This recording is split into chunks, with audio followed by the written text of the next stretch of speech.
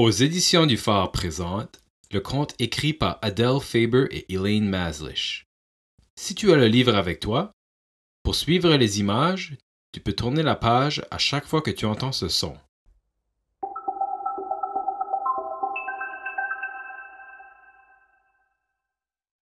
Alors, es-tu bien installé? Es-tu prêt à écouter?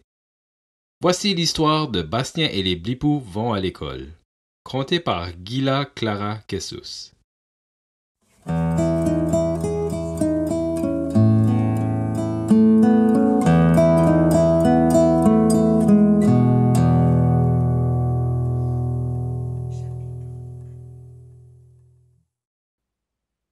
Chapitre 1.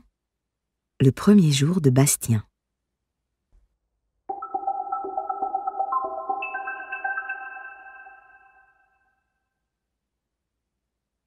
Bastien, qu'est-ce qui te retarde?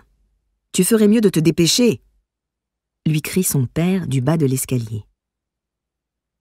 Papa dit dépêche-toi, hurle sa sœur Alix. Bastien, tu vas être en retard pour l'école, rappelle sa mère. Dépêche-toi s'il te plaît, mon chéri. Bastien ne veut pas se dépêcher. Il ne veut même pas aller à l'école. Surtout pas à une nouvelle école. Il veut retourner à son ancienne école, avec son ancienne enseignante, vivre dans son ancienne maison et jouer avec son ami Samuel.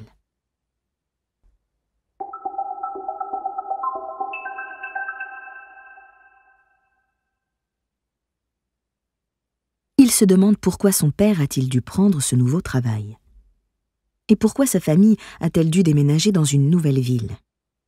Et pourquoi doit-il commencer dans une nouvelle école avec une semaine de retard alors que tous les autres connaissent déjà le travail à faire et se connaissent entre eux, et que lui ne connaît encore rien, ni personne?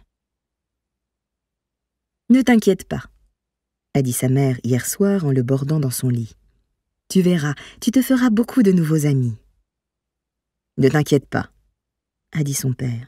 « Tu ne seras pas en retard sur les autres bien longtemps. Tu vas te rattraper en un rien de temps. »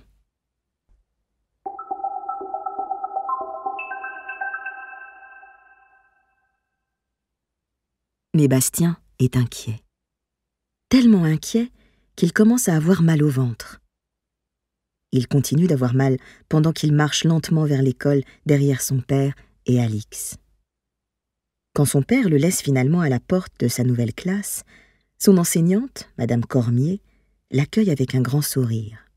« Les enfants, dit-elle, nous avons un nouvel élève dans la classe.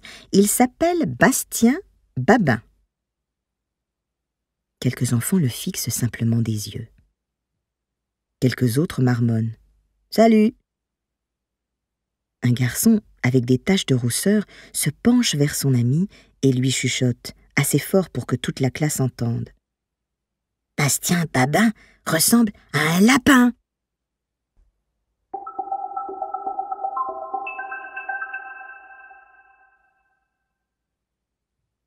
Tout le monde rit.